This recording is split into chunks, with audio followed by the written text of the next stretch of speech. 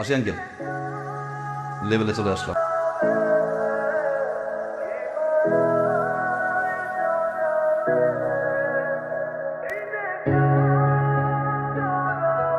আমার জন্য করছে, আমার ভোগ বিলাসের জন্য এত কষ্ট করে তিলে তিলে নিজেকে শেষ করে এসব টাকা পয়সা সম্পত্তি সব করছি আমার আমার দুই মেয়ের জন্য,